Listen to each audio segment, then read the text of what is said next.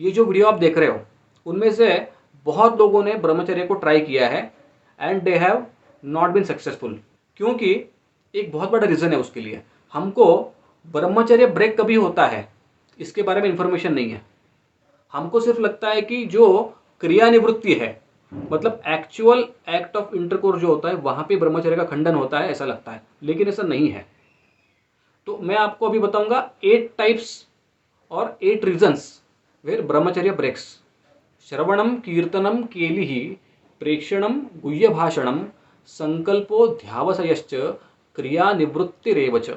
तो श्रवणम, किसी लड़की के बारे में सुनना, अरे वो लड़की बहुत सुंदर है, ऐसा आपका जो फ्रेंड बात कर रहा है उसके अंदर इंटरेस्ट लेना और उसके बारे में और सुनने की इच्छा और सुनते जाना उस लड़की के बारे में, यहाँ पर भी सटल लेवल पर आपका वीर्यनाश चालू हो जाता है। कीर्तनम, आपने एक सुंदर लड़की देखी और आप अपने फ्रेंड को फ़ोन करने लगे या चैट करने लगे या उसके घर गए, बोलने लगे अरे मैंने बहुत सुंदर लड़की देखी यार, ऐसी लड़की जो मैंने दुनिया में देखी नहीं, लगता है उसको वो फेसबुक पे ढूंढना पड़ेगा, या कोई रास्ता है क्या जिससे मैं उसको ढूंढ सकूं। कीर्तनम मतलब उस लड़की के बारे में बात करना।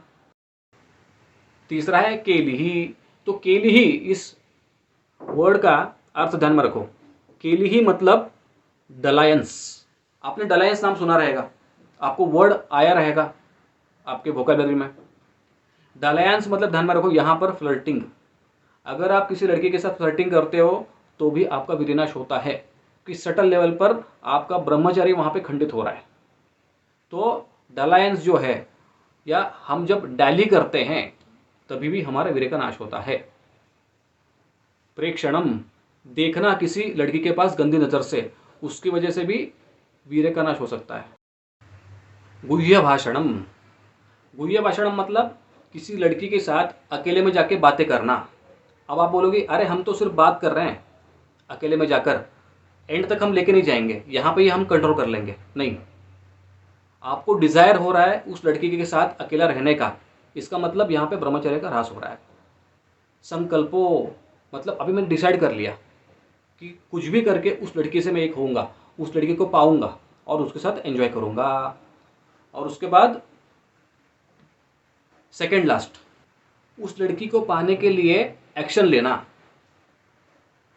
और लास्ट क्रियानिवृत्ति मतलब एक्चुअल एक्ट में एंगेज होना। तो ये 8 प्रकार हैं जहां पे आपका ब्रह्मचर्य का ह्रास होता है। और आज तक आप सोच रहे थे कि सिर्फ एक ही प्रकार है जहां पर हमारा ब्रह्मचर्य भंग हो जाता है, वो है क्रियानिवृत्ति।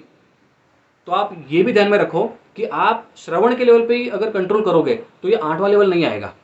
नॉर्मली क्या होता है, अरे सुनने से क्या होता है, कोई प्रॉब्लम नहीं, उस लड़की के बारे में सुनते हैं तो उसके बाद हम बात भी करने लगते हैं। अरे बात करने से क्या होता है यार, कुछ नहीं होता है। अरे मिलने से क्या होता है, सिर्फ मिल तो रहे हैं ना, बाकी कुछ नहीं कर रहे हैं। तो ऐसे धीरे धीरे धीरे धीरे it is a cascade. Cascade मतलब ए की वजह से बी होता है, बी की वजह से सी होता है, सी की वजह से डी होता है, अ चेन ऑफ रिएक्शंस। तो फाइनली वो 8 नंबर पे आके रुक जाता है अगर आपके नसीब में रहेगा तो। अदरवाइज 7 नंबर पे ही आपका राम नाम सत्य हो जाता है। अब लास्ट का सबसे इंपॉर्टेंट क्वेश्चन, सेक्सुअल अर्ज कंट्रोल करना इतना डिफिकल्ट ही होता है? तो इसके मैं आपको 2 आंसर दूंगा। पहला, लिटरली इस भौतिक जगत में ऐसा कोई भी आनंद नहीं है जो इस आनंद से बड़ा हो। अगर इस आनंद से कोई बड़ा आनंद मिल जाए हमको तो हम इस आनंद को छोड़ सकते हैं। फॉर एग्जाम्पल, अगर आप रोज रोटी खा रहे हो और किसी दिन आपको पाव भाजी मिल जाए तो उस पाव भाजी के लिए या बिरयानी के लिए आप उस रोटी को छोड़ दोगे। लेकिन प्रैक्टिकली इससे बड़ा कोई सुख अवेलेबल ही नहीं है इस दुनिया में। इसकी वजह से ये अर्ज कंट्रोल करना बहुत टफ हो जाता है। अब यहाँ पे जब मैं बात करता हूँ it is one of the urges, तो ध्यान में रखना ये एक सेंसुअल अर्ज है। जब हम किसी मेंटल या इंटेलेक्चुअल अर्ज के बारे में बात करते हैं, जिसके बारे में हम फ्यूचर में बात करेंगे इन सम अदर वीडियो, तब ये पॉसिबल है कि ये अर्ज दब जाए और मेंटल या इंटेलेक्चुअल अर्ज ओवर पावर कर जाए। फॉर एग्जाम्पल, अगर आप दिन भर कोई स्ट्रैटेजी का गेम खेलते रहोगे तो आपको ये अर्ज आना ऑलमोस्ट इम्पॉसिबल हो जाता है, क्योंकि जो इंटेलेक्चुअल अर्ज होता है वो इस सेंसुअल अर्ज से बड़ा हो जाता है। लेकिन it is very difficult to have some intellectual urge which is beneficial for us, क्योंकि मैक्सिमम जो इंटेलेक्चुअल अर्जेस हमारे पास होते हैं वो ऐसे होते हैं जो हमारे फायदे के नहीं होते हैं। फॉर एग्जाम्पल, गेम खेलना, इसको अब मैं थोड़ा अलग वर्ड्स में बताऊंगा। देखो, कोई भी सेंशुअल हैप्पीनेस हमको जब मिलता है तो वो 5 फॉर्म में मिल सकता है: शब्द, स्पर्श, रूप, रस और गंध। शब्द मतलब क्या होता है? Via sound. स्पर्श मतलब टच। रूप मतलब फॉर्म। रस मतलब टेस्ट। और गंध मतलब स्मेल। तो सिक्स्थ कोई सोर्स ऑफ हैप्पीनेस नहीं है अपने को सेंशुअली। तो यहाँ पे ये चीज़ है कि जो अपोजिट सेक्स होता है, पुरुष के लिए स्त्री और स्त्री के लिए पुरुष, उनके लिए opposite sex is the biggest source in which all this 5 things are available. तो शब्द, स्पर्श, रूप, रस, गंध एक ही जगह पे हमको सिर्फ अपोजिट सेक्स में मिलते हैं, इसीलिए ये अर्ज कंट्रोल करना डिफिकल्ट हो जाता है। अब और एक अलग तरीके से मैं आपको एक्सप्लेनेशन दूंगा। देखो, हमको जब हैप्पीनेस मिलता है वो एक रस की वजह से मिलता है। हम बोलते हैं ना हास्य रस, तो हास्य के अंदर जो रस है उसकी वजह से हमको हैप्पीनेस मिलता है। तो रस ये कारण है आनंद मिलने के लिए। तो जब हम किसी व्यक्ति के साथ डीलिंग करते हैं तो व्यावहारिक स्तर पर हम बोल सकते हैं कि 5 प्रकार के रस हमको प्राप्त हो सकते हैं। सबसे बड़ा हो सकता है, जो व्यवहार में बहुत रेयरली मिल सकता है, वो है शांत रस। उससे छोटा श्रृंगार रस। उससे छोटा वात्सल्य रस। उससे छोटा साख्य रस। और उससे छोटा दास्य रस।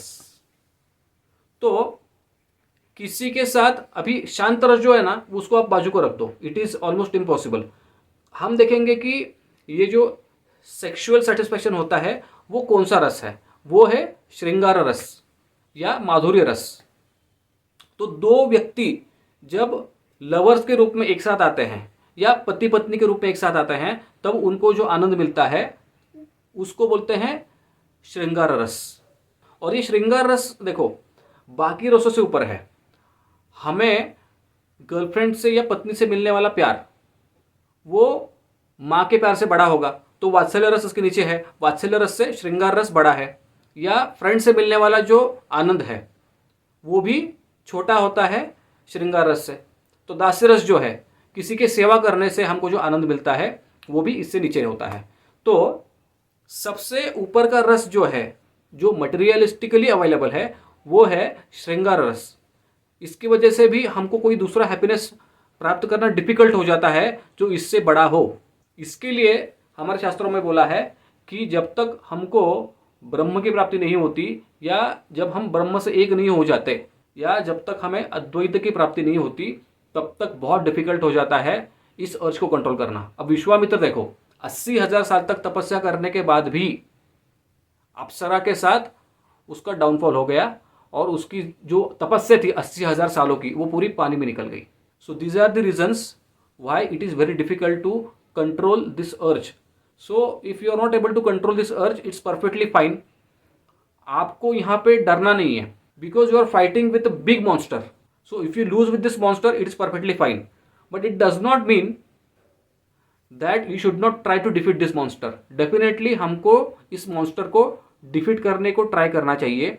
कैसे, ये हम अगले वीडियो में डिस्कस करने वाले हैं। वीडियो को लाइक करो and we will meet in the next video. तब तक राम कृष्ण हरि।